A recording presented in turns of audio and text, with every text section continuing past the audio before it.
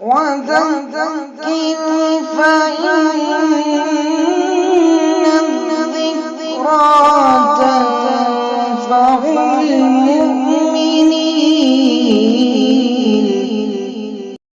إن الحمد لله نحمده ونستعينه ونستغفره ونعوذ بالله من شرور أنفسنا ومن سيئات أعمالنا. من يهده الله فلا مضل له ومن يضلله فلا هادي له، وأشهد أن لا إله إلا الله وحده لا شريك له، وأشهد أن محمدا عبده ورسوله. يا أيها الذين آمنوا اتقوا الله حق تقاته ولا تموتن إلا وأنتم مسلمون. يا أيها الناس اتقوا ربكم الذي خلقكم من نفس واحدة وخلق منها زوجها وبث منهما رجالا كثيرا ونساء، واتقوا الله الذي تساءلون به والأرحام إن الله كان عليكم رقيبا. يا أيها الذين آمنوا اتقوا الله وقولوا قولا سديدا يصلح لكم أعمالكم ويغفر لكم ذنوبكم، ومن يطع الله ورسوله فقد فاز فوزا عظيما. أما بعد، فإن خير الحديث كتاب الله، وخير الهدي هدي محمد صلى الله عليه وسلم، وشر الأمور محدثاتها، وكل محدثة بدعة، وكل بدعة ضلالة، وكل ضلالة في النار. أعوذ بالله السميع العليم من الشيطان الرجيم. بسم الله الرحمن الرحيم. نون والقلم وما يسطرون ما أنت بنعمة ربك بمجنون وإن لك لأجرا غير ممنون وإنك لعلى خلق عظيم. حاضرین جمعہ اور پردہ نشین خواتین اسلام، تمام قسم کی تعریف، بڑائی، بزرگی، کبریائی، حمد و ثنا اور ہر عیب سے پاکی و صفائی کے لائق اور قابل ذات صرف اور صرف اللہ تعالیٰ کی ذات ہے، جس نے ہم تمام کو پیدا کیا، جو ہم تمام کا تنہا خالق، تنہا مالک اور تنہا معبود برحق بھی ہیں۔ درود و سلام ہو تمام انبیاء کرام علیہم الصلاۃ والسلام پر اور محمد الرسول اللہ صلی اللہ علیہ وسلم پر۔ حاضرین جمعہ، خطبہ مسنونہ کے بعد میں نے سورۃ القلم کی ابتدائی چند آیات آپ کے سامنے پڑھی۔ اللہ سبحانہ و تعالیٰ نے ان آیاتوں میں کئی باتیں ارشاد فرمائی ہیں۔ سب سے پہلے تو اللہ سبحانہ و تعالیٰ نے قلم کی قسم کھائی، فرمایا قسم ہے قلم کی جس سے تم لکھتے ہو۔ اس کے بعد اللہ سبحانہ و تعالیٰ نے نبی صلی اللہ علیہ وسلم کی تعریف بیان کی اور کہا نون والقلم وما يسطرون ما انت بنعمت ربك بمجنون۔ اے نبی محمد صلی اللہ علیہ وسلم، آپ اپنے رب کے فضل سے پاگل اور دیوانے نہیں ہیں۔ اس کے بعد اللہ سبحانہ و تعالیٰ نے فرمایا وَإِنَّ لَكَ لَأَجْرًا غَيْرَ مَمْنُونَ۔ اے نبی صلی اللہ علیہ وسلم، آپ کے لیے بے انتہا اجر ہے، کبھی ختم نہ ہونے والا ثواب آپ کے لیے۔ اس کے بعد اللہ سبحانہ و تعالیٰ نے فرمایا وَإِنَّكَ لَعَلَى خُلُقٍ عَظِيمٍ۔ اے نبی صلی اللہ علیہ وسلم، آپ بے شک اخلاق کے اعلیٰ مرتبے پر فائز ہیں۔ ہوا یہ تھا کہ جب اللہ سبحانہ و تعالیٰ نے نبی علیہ السلام کو رسول بنا کر اس دنیا میں بھیجا، تو جب آپ توحید کی دعوت لوگوں میں پھیلانے لگے، لوگوں کو ایک اللہ کی طرف بلانے لگے، تو کفار مکہ نے آپ صلی اللہ علیہ وسلم کو طرح طرح کے برے القاب سے نوازا۔ کبھی پاگل کہا، کبھی دیوانہ کہا، کبھی جادوگر کہا، کبھی کچھ اور کبھی کچھ کہا۔ اللہ سبحانہ و تعالیٰ نے نبی علیہ السلام کی ان تمام قسم کی بری چیزوں سے نفی کی اور فرمایا آپ پاگل بھی نہیں ہیں، آپ دیوانے بھی نہیں ہیں، آپ جادوگر بھی نہیں ہیں، آپ تو اخلاق کے اعلیٰ مرتبے پر فائز ہیں۔ اللہ سبحانہ و تعالیٰ نے نبی علیہ السلام کے اخلاق کی گواہی دیتے ہوئے اس آیت میں یہ بات ارشاد فرمائی۔ اور جو انسان با اخلاق ہوتا ہے وہ کبھی بیکار کی باتیں نہیں کرتا، جو انسان با اخلاق ہوتا ہے، اخلاق والا ہوتا ہے، وہ کبھی پاگلوں کی طرح برتاؤ نہیں کرتا، وہ کبھی لایانی باتیں نہیں کرتا۔ اخلاق دو طرح کے ہوتے ہیں، ایک وہ اخلاق جو فطری طور پر اللہ سبحانہ و تعالی انسان کے اندر پیدا کرتے ہیں، غیر مسلم ہو کے مسلمان اللہ سبحانہ و تعالی اس صفت سے اس کو نوازتے ہیں۔ شرم و حیا کی یہ صفت، یہ اخلاق ہر انسان کے اندر ہوتی ہیں، اس کو پہچاننا چاہیے، اس کو باقی رکھنا چاہیے۔ یہ فطری طور پر اللہ سبحانہ و تعالی ہر انسان کے اندر دیتے ہیں۔ اور بعض اخلاق ایسے ہوتے ہیں جس کے لیے ہمیں محنت کرنی پڑتی ہیں، جس کے لیے ہمیں بھاگ دوڑ کرنی پڑتی ہیں، جس کے لیے اللہ سبحانہ و تعالیٰ سے دعائیں کرنی پڑتی ہیں، اور انہی اخلاق کے بارے میں آج آپ کے سامنے چند باتیں رکھتا ہوں۔ حاضرین جمعہ، اللہ سبحانہ و تعالیٰ نے نبی صلی اللہ علیہ وسلم کو اس دنیا میں بھیجنے کا مقصد سورۃ الجمعہ میں فرمایا، وَالَّذِي بَعَثَ فِي الْأُمِّيِّينَ رَسُولًا مِّنْهُمْ يَتْلُو عَلَيْهِمْ آيَاتِهِ وَيُزَكِّيهِمْ وَيُعَلِّمُهُمُ الْكِتَابَ وَالْحِكْمَةَ۔ تین باتیں اللہ سبحانہ و تعالیٰ نے نبی صلی اللہ علیہ وسلم کے سلسلے میں فرمایا کہ یتلو علیہم آیاتی، نبی کا کام کیا ہے، نبی کا مشن کیا ہے کہ نبی پر جو آیتیں اللہ سبحانہ و تعالیٰ نازل کرتے ہیں وہ لوگوں کو نبی صلی اللہ علیہ وسلم پڑھ کر سنائے۔ یہ نبی کا پہلا کام ہے، اللہ سبحانہ و تعالیٰ نے اس آیت میں فرمایا۔ دوسرا کام اللہ تعالیٰ نے فرمایا وَيُزَكِّيهِمْ، اور نبی کا یہ بھی کام ہے کہ وہ لوگوں کا تزکیہ کریں، لوگوں کے نفس پاک کریں، لوگوں کو با اخلاق بنائیں، لوگوں کی اچھی تربیت کریں۔ تیسرا کام نبی صلی اللہ علیہ وسلم کا اللہ نے فرمایا وَيُعَلِّمُهُمُ الْكِتَابَ وَالْحِكْمَةَ، کتاب و سنت کی تعلیم لوگوں میں آپ علیہ السلام عام کریں۔ اس میں جو دوسرا کام نبی صلی اللہ علیہ وسلم کا، دوسرا مشن جو نبی صلی اللہ علیہ وسلم کا اللہ نے فرمایا وَيُزَكِّيهِمْ، لوگوں کا تزکیہ کریں، لوگوں کو پاک کریں، لوگوں کو با اخلاق بنائیں۔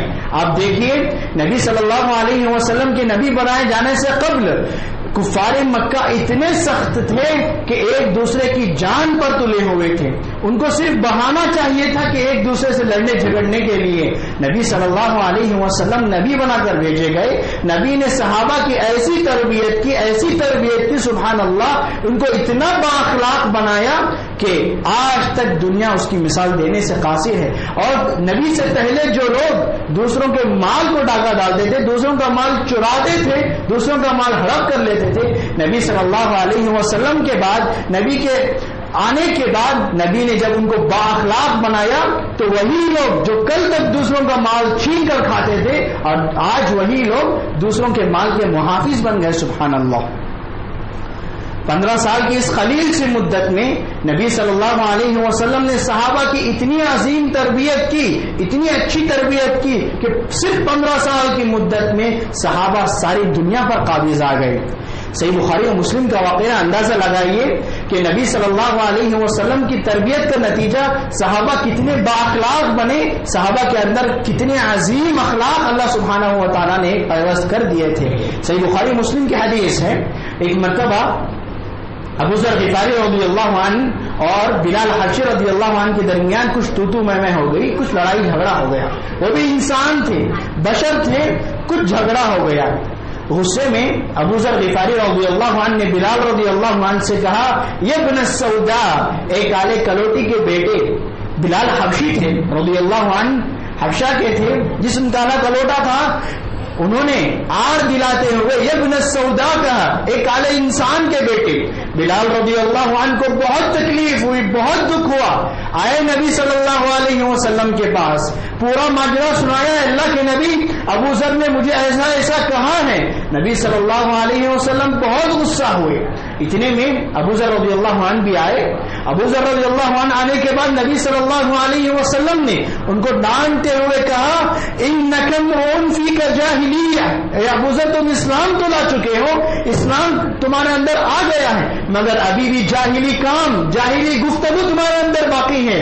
یہ سب جاہلیت میں ہوا کرتا تھا کہ تم گورے، تم کالے، تم عجمی، تم عربی، یہ سب زمانے جاہلیت میں ہوا کرتا تھا۔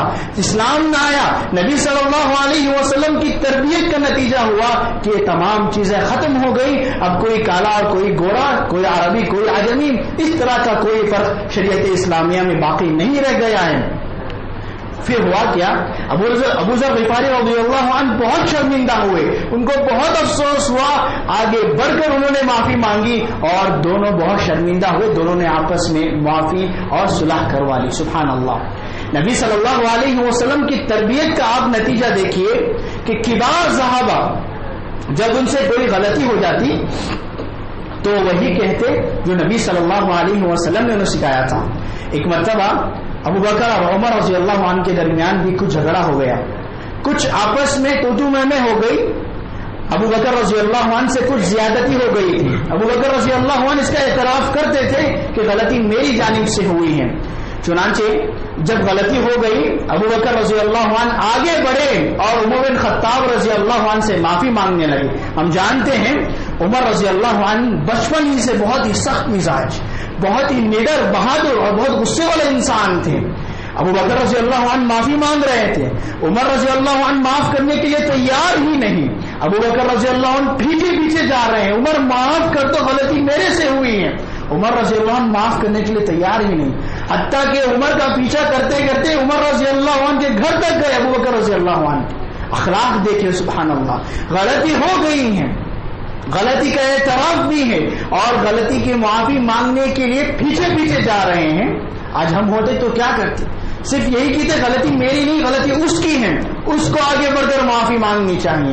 ابو بکر رضی اللہ عنہ بالاتفاق انبیاء کے بعد سب سے بلند، سب سے افضل شخصیت ہیں. عمر رضی اللہ عنہ کے پیچھے بھاگ کر معافی مانگ رہے ہیں کہ عمر غلطی ہو گئی ہے، معاف کر دینا. بخاری مسلم کا یہ واقعہ ہے. عمر رضی اللہ عنہ نے آخرکار معاف نہیں کیا. عمر رضی اللہ عنہ گھر کے اندر گئے اور دروازہ بند کر لیا. ابو بکر رضی اللہ عنہ بہت افسوس ہوا، بہت غمزدہ ہوئے، آئے سیدھے بھاگتے نبی صلی اللہ علیہ وسلم کے پاس. دیکھیے اندازہ لگائیے نبی صلی اللہ علیہ وسلم کے کتنے کریمانہ اخلاق، آپ کتنے مشفق تھے کہ ابو بکر رضی اللہ عنہ اپنے رشتہ داروں کے پاس، اپنے باپ کے پاس، فلاں رشتہ داروں کے پاس جائے بغیر سیدھے آ رہے ہیں نبی صلی اللہ علیہ وسلم کے پاس. آپ کے اخلاق سے سب متاثر تھے. کیا مسلمان، کیا غیر مسلم کو بھی اچھی طرح معلوم تھا کہ میں محمد کے پاس جاؤں گا صلی اللہ علیہ وسلم تو مجھے انصاف ملے گا. چنانچہ ابو بکر رضی اللہ عنہ نبی صلی اللہ علیہ وسلم کی خدمت میں آئے اور کہا، جب ابو بکر رضی اللہ عنہ دور سے آ رہے تھے نبی صلی اللہ علیہ وسلم دیکھ کر پہچان لیا کہ دیکھو تمہارا ساتھی کسی سے جھگڑا کر کے آ رہا ہے. فرمایا اما صاحبکم فقد غامر، دیکھو ابو بکر کسی سے لڑائی کر کے آ رہے ہیں، کسی سے جھگڑا کر کے آ رہے ہیں. ابو بکر آئے نبی صلی اللہ علیہ وسلم کی خدمت میں آ کر پورا ماجرا سنایا. اے اللہ کے نبی ایسا ہوا، غلطی میرے سے ہوئی ہے، زیادتی مجھ ہی سے ہوئی ہے، میں نے معافی بھی مانگی مگر عمر نے معاف نہیں کیا. اللہ کے نبی صلی اللہ علیہ وسلم نے دعا دی، یغفر اللہ لک یا ابا بکر. 3 مرتبہ اللہ کے نبی نے کہا اے ابو بکر اللہ تعالیٰ تمہیں معاف کرے، اللہ تعالیٰ تمہیں معاف کرے. اتنے میں عمر رضی اللہ عنہ جو گھر کے اندر تھے انہیں احساس ہو گیا، بہت شرمندہ ہوئے کہ غلطی گرچہ کہ ابو بکر سے ہوئی ہے مگر انہوں نے مجھ سے معافی مانگی تھی، مجھے چاہیے تھا کہ میں معاف کر دوں. بہت غمزدہ ہوئے، سیدھے بھاگے ابو بکر رضی اللہ عنہ کے گھر کے پاس، جا کر دستک دی، پوچھا ابو بکر ہے کیا؟ اندر سے جواب ملا نہیں ابو بکر نہیں ہے. سیدھے عمر بن خطاب رضی اللہ عنہ بھی نبی کے دربار میں آتے ہیں. دیکھا ابو بکر پہلے ہی سے موجود ہیں، گھبرا گئے. عمر کو آتے ہوئے دیکھا، ابو بکر رضی اللہ عنہ نے نبی صلی اللہ علیہ وسلم سے کہا یا رسول اللہ واللہ انا کنت اظلم، اے اللہ کے نبی قسم اللہ کی غلطی مجھ سے ہوئی ہے، غلطی عمر سے نہیں ہوئی ہے. سبحان اللہ، کیا اخلاق ہیں ہمارے صحابہ کرام رضوان اللہ علیہم اجمعین کے. عمر بن خطاب آئے اور کہا اللہ کے نبی ابو بکر سے زیادتی ضرور ہوئی تھی، انہوں نے معافی مانگی، مجھے معاف کر دینا چاہیے تھا، میں نے معاف نہیں کیا.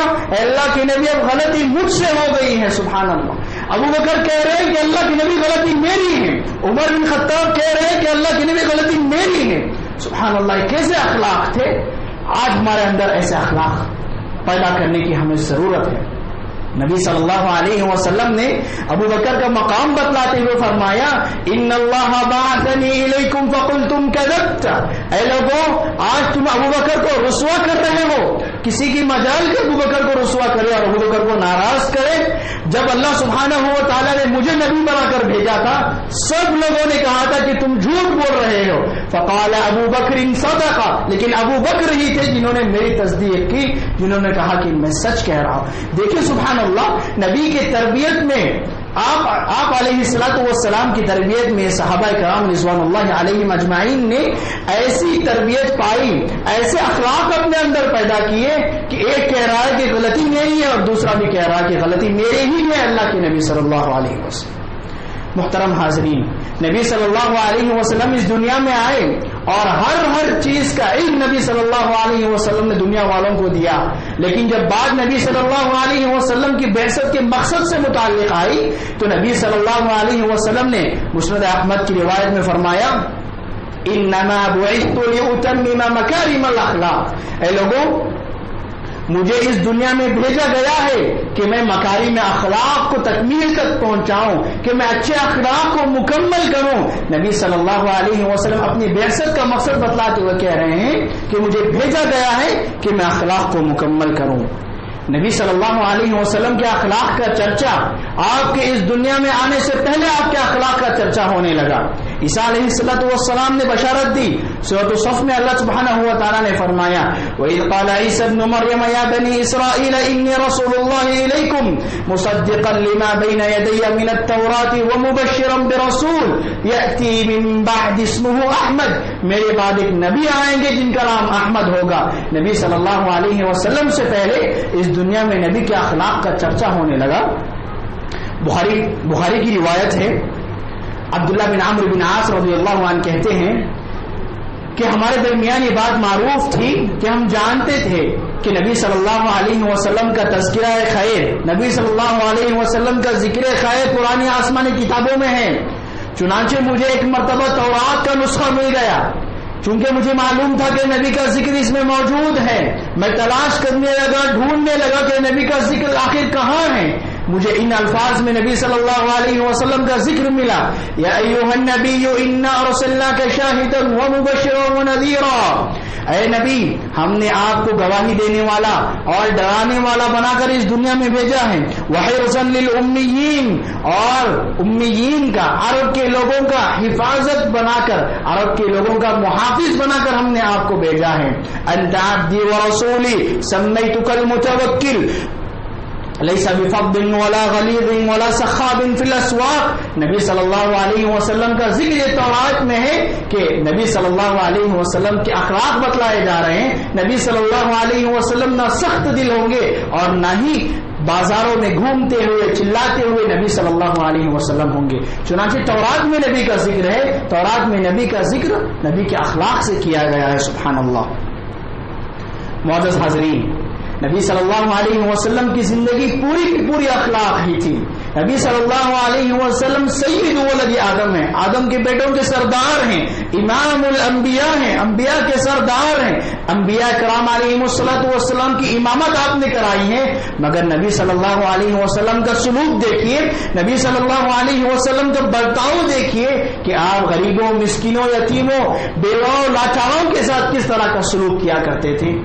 ایک مرتبہ عمران بن حسین رضی اللہ عنہ کہتے ہیں، بخاری مسلم کا یہ بھی واقعہ ہے کہ ہم لوگ سفر پر تھے نبی صلی اللہ علیہ وسلم کے ساتھ، پانی ختم ہو گیا، ریگستان کا علاقہ تھا، پانی ڈھونڈنے کے لیے نبی صلی اللہ علیہ وسلم نے علی رضی اللہ عنہ اور ایک صحابی کو بھیجا، چنانچہ وہ نکلے پانی تلاش کرنے کے لیے، ایک بوڑھیا کو دیکھا، وہ اونٹ پر 2 مشکلوں پر پانی بھرے ہوئے آ رہی تھی، بوڑھیا کو روکا علی رضی اللہ عنہ اور ان کے ساتھی نے اور کہا کہ پانی کہاں سے لا رہی ہو؟ بوڑھیا نے کہا مکمل 1 دن ہو گیا ہے، میں نے پانی بھری تھی اور یہاں تک پہنچتے ہوئے مکمل 1 دن ہو گیا ہے، 1 رات اور 1 دن کا سفر طے کر کے میں آج یہاں تک پہنچی ہوں۔ گویا کہ علی رضی اللہ عنہ جہاں تھے وہاں سے 24 گھنٹوں کا فاصلہ طے کر کے انہیں جانا تھا پانی تلاش کرنے کے لیے۔ ممکن سی بات نہیں تھی، بہت تکلیف کا مرحلہ تھا. چنانچہ انہوں نے کہا کہ تم ہی چلو نبی صلی اللہ علیہ وسلم کے پاس. عورت کو لے کر آئے نبی صلی اللہ علیہ وسلم کی خدمت میں. وہ عورت گھبرا گئی. جب وہ عورت آئی نبی صلی اللہ علیہ وسلم نے اپنے صحابہ کو کہا کہ اس کے پانی سے فائدہ اٹھا لو. چنانچہ صحابہ نے پیا، اپنے جانوروں کو پلایا، اسٹور کر لیا، جمع کر لیا. عورت دیکھتی رہی، عورت دیکھتی ہی رہ گئی.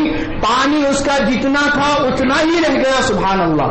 یہ معجزہ نبی صلی اللہ علیہ وسلم کا کئی مرتبہ صادر ہوا ہے. کبھی کھانے میں زیادتی ہو گئی، کبھی دودھ میں زیادتی ہو گئی، اور یہاں سبحان اللہ پانی جتنا تھا اتنا ہی ہے. سارے صحابہ پی لیے، صحابہ نے اپنے جانوروں کو پلایا اور پھر جمع کر کے بھی رکھ لیا، لیکن پانی اتنا کا اتنا ہی ہے. عورت کا کچھ نقصان نہ ہوا. نبی صلی اللہ علیہ وسلم نے اب عورت کو جانے کی اجازت دی. ایسے ہی اس عورت کو نہیں بھیجا نبی صلی اللہ علیہ وسلم. صحابہ سے کہا چونکہ ہم نے اس کے پانی سے فائدہ اٹھایا ہے، گرچہ کہ اس کا پانی ختم نہیں ہوا، رتی برابر بھی اس کا پانی کم نہیں ہوا، لیکن ہم نے اس کے پانی سے فائدہ اٹھایا ضرور ہے، تو لہٰذا اس کے لیے کچھ کھانے کا انتظام کر دو. صحابہ نے عمدہ قسم کے کھجور اس کے پاس رکھے، ستو کا آٹا اور کئی قسم کے کھانے کی چیزیں، اور ایک تھیلی بھر گئی کھانے کی چیزوں سے. سبحان اللہ. اندازہ لگائیے وہ بوڑھی عورت اکیلی ہے، اس کے ساتھ صرف اس کا ایک اونٹ ہے، ریگستان میں ہے، اس کا پانی ختم بھی نہ ہوا اور اس کو کھانے کی اتنی ساری چیزیں بھی مل گئی. وہ عورت کتنی خوش ہوئی. سبحان اللہ. وہ عورت وہاں سے چلی گئی، اپنے قبیلے والوں کے پاس آئی. قبیلے والوں نے پوچھا آج اتنی تاخیر سے کیوں آ رہی ہو؟ عورت نے کہا مجھے لقیت اسحر الناس. عورت نے کہا کہ میں سب سے بڑے جادوگر سے مل کر آ رہی ہوں. جو معجزہ نبی صلی اللہ علیہ وسلم کا صادر ہوا تھا، عورت نے اس بوڑھیا نے جادو سمجھ لیا تھا. اس نے پورا واقعہ سنایا کہ ایسا ایسا ہوا. نبی تھے، جادوگر جو تھے، انہوں نے میرے پانی سے فائدہ اٹھایا، پانی تھوڑا برابر بھی کم نہ ہوا، اور ساتھ میں انہوں نے یہ کھانے کی چیزیں مجھے دے کر بھیجی ہیں. واقعہ ہوا اتنا. اس کے بعد نبی صلی اللہ علیہ وسلم صحابہ کرام رضوان اللہ علیہم اجمعین کو جنگ کے لیے بھیجا کرتے تھے، اور جب بھیجتے تو کہتے کہ دیکھو فلاں بوڑھیا کے پانی سے ہم نے فائدہ اٹھایا تھا، اس کے شہر پر حملہ نہ کرنا. سبحان اللہ. وہ عورت اپنے قبیلے والوں کے ساتھ اپنے قبیلے میں تھی. دیکھا کہ صحابہ کرام رضوان اللہ علیہم اجمعین اس کے چاروں طرف کے علاقوں پر حملہ کرتے آ رہے ہیں. صرف بچا ہے تو اس کا علاقہ بچا ہے، اس بوڑھیا کا علاقہ، اگرچہ کہ اس بوڑھیا کا علاقہ غیر مسلم تھا، وہاں مسلمان نہیں تھے، لیکن پھر بھی صحابہ کرام رضوان اللہ علیہم اجمعین اس بوڑھیا کے علاقے پر حملہ نہیں کر رہے ہیں. اس بوڑھیا کو معلوم ہو گیا کہ محمد جو اس دن میرے پانی سے فائدہ اٹھائے تھے، انہوں نے اپنے ساتھیوں کو حملہ کرنے سے منع کر دیا ہے. چنانچہ بوڑھیا نے اپنے قبیلے والوں کو جمع کیا اور کہا ما ارى ان هؤلاء القوم يدعونكم عمدا فهل لكم في الاسلام. اے لوگوں کیا تم غور نہیں کرتے کہ صحابہ یہ مسلمان ہمارے چاروں طرف کے علاقوں پر حملہ کر رہے ہیں، اگر کوئی علاقہ بچا ہے تو صرف ہمارا علاقہ بچا ہے، کیا تمہیں اب بھی اسلام میں داخل ہونے کے لیے کچھ رکاوٹ ہے؟ چنانچہ جب بوڑھیا نے یہ کہا تو سارا کا سارا قافلہ، سارا کا سارا قبیلہ مسلمان ہو گیا. سبحان اللہ. احسان چاہے ہم پانی استعمال کر کے ہی صحیح کیوں نہ کریں، لیکن احسان دوسروں کا ہے، مسلمان کا ہو کہ غیر مسلم کا. بحیثیت ایک مسلمان ہمارے اخلاق یہ ہونا چاہیے کہ ہم دوسروں کا احسان یاد رکھیں اور اس کا اچھا برتاؤ اس کے ساتھ کریں. نبی صلی اللہ علیہ وسلم نے احادیث مبارکہ میں کئی چیزیں بتلائی ہیں. جو انسان صاحب اخلاق ہوتا ہے، نبی علیہ الصلوۃ والسلام نے اس کے لیے کئی بشارتیں، کئی فضیلتیں سنائی ہیں. چند ایک میں آپ کے سامنے ذکر کرتا ہوں. حاضرین جمعہ، ہم مومن ہیں، مسلمان ہیں. کئی چیزیں اللہ کے نبی صلی اللہ علیہ وسلم نے ہمیں ایسی بتلائی ہیں جن پر عمل کر کے ہم ہمارے ایمان میں زیادتی کر سکتے ہیں. نبی صلی اللہ علیہ وسلم نے فرمایا نامکمل ہے ایمان اس انسان کا جس انسان کے پاس اچھے اخلاق نہ ہو. نبی نے فرمایا اکمل المؤمنین ایمانا احسنهم خلقا، کہ مکمل مومن، اچھا مومن اور اچھا مسلمان وہ انسان ہے جس کے اخلاق اچھے ہوں. ابو داؤد کی روایت، شیخ البانی نے اس روایت کو صحیح کہا.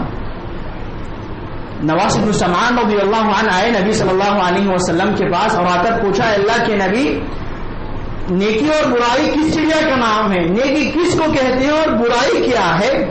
نبی صلی اللہ علیہ وسلم نے نیکی کا تعارف صرف ایک جملے میں کرتے ہوئے فرمایا البر حسن الخلق، اچھے اخلاق کا نام ہی نیکی ہے، والاثم ما حاک فی صدرک، اور برائی وہ ہے جو تمہارے دل میں کھٹ کے تم جب وہ برائی کر رہے ہو تمہیں یہ لگے کہ میرا یہ کام دوسروں کو پتہ نہ چلے، اسی کا نام برائی ہے۔ سبحان اللہ۔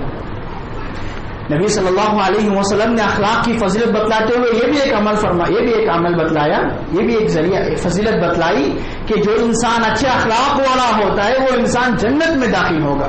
نبی صلی اللہ علیہ وسلم سے سوال کیا گیا، سئل رسول اللہ صلی اللہ علیہ وسلم عن اکثر ما يدخل الناس الجنہ، اے اللہ کے نبی بتائیے ان لوگوں کے بارے میں جو سب سے زیادہ جنت میں جائیں گے، یعنی کن اوصاف کی بنا پر لوگ سب سے زیادہ جنت میں جائیں گے؟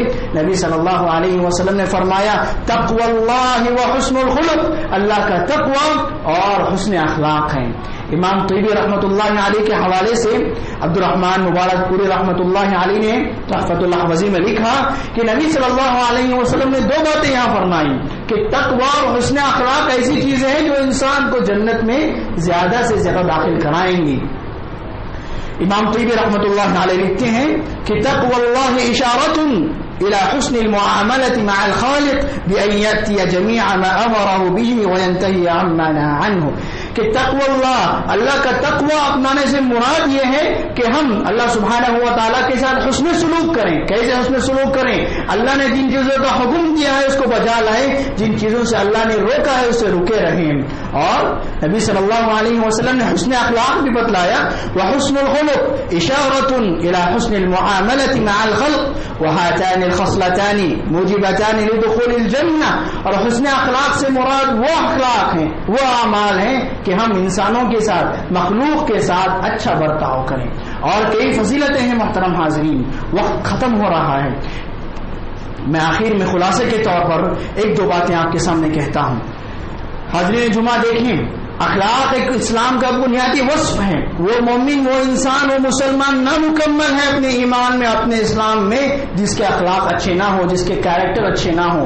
آج ایک المیہ سے کم نہیں کہ ہم غیر مسلموں سے کہتے ہیں، مسلمانوں سے کہتے ہیں کہ جب ایک انسان کو اختیار دیا جائے کہ فلاں مسلمان ہے اور فلاں غیر مسلم ہے، تم جس کے ساتھ چاہے معاملہ کر لینا، تجارت کر لینا، یقیناً وہ انسان ایک غیر مسلم ہی کی طرف جائے گا، یہ کہتے ہوئے کہ غیر مسلم کا سلوک اچھا ہے ایک مسلمان کے مقابلے میں۔ یہ کیا ہے؟ نبی صلی اللہ علیہ وسلم کے زمانے میں، صحابہ کرام کے زمانے میں، وہاں کے جو عیسائی کفار تھے اپنے کفار لوگوں کے ساتھ چھوڑ کر مسلمانوں کے ساتھ معاملہ کیا کرتے تھے، مسلمانوں کے ساتھ حسن سلوک کیا کرتے تھے، یہ کہتے ہوئے کہ غیر مسلمین کے ساتھ گرچہ کہ وہ ہمارے مذہب والے ہیں لیکن تم مسلمانوں کا سلوک ہمارے ساتھ اچھا ہے، ہم تمہارے ساتھ معاملہ کرنا پسند کرتے ہیں۔ جس دن ہم ڈنکے کی چوٹ پر یہ کہیں گے کہ اننی من المسلمین، میں مسلمان ہوں، دیکھو میں امانت دار ہوں، میں مسلمان ہوں، دیکھو میرا کیریکٹر کتنا اچھا ہے، میں مسلمان ہوں، دیکھو میں سچ بولتا ہوں، میں تجارت میں سچ بولتا ہوں، تجارت میں دھوکہ نہیں دیتا، میں مسلمان ہوں۔ جب ہم ہمارے یہ اخلاق بنا لیں گے انشاءاللہ اس ملک میں ہو یا پھر پوری دنیا میں ہم کامیاب ہو جائیں گے۔ اللہ تعالیٰ سے دعا کرتا ہوں کہ اللہ تعالیٰ مجھے، آپ کو اور ہمارے ماں اور بہنوں کو اپنے اندر اچھے اخلاق پیدا کرنے کی توفیق دے۔ اللہ تعالیٰ ہمیں اخلاق والا بنائے، برے اخلاق سے اللہ تعالیٰ ہماری امت مسلمہ کی حفاظت فرمائے، آمین۔ ان اللہ یأمر بالعدل والإحسان وإيتاء ذي القربى وينهى عن الفحشاء والمنكر والبغي يعظكم لعلكم تذكرون اذكروا الله يذكركم وادعوه يستجيب لكم ولذكر الله تعالى أكبر۔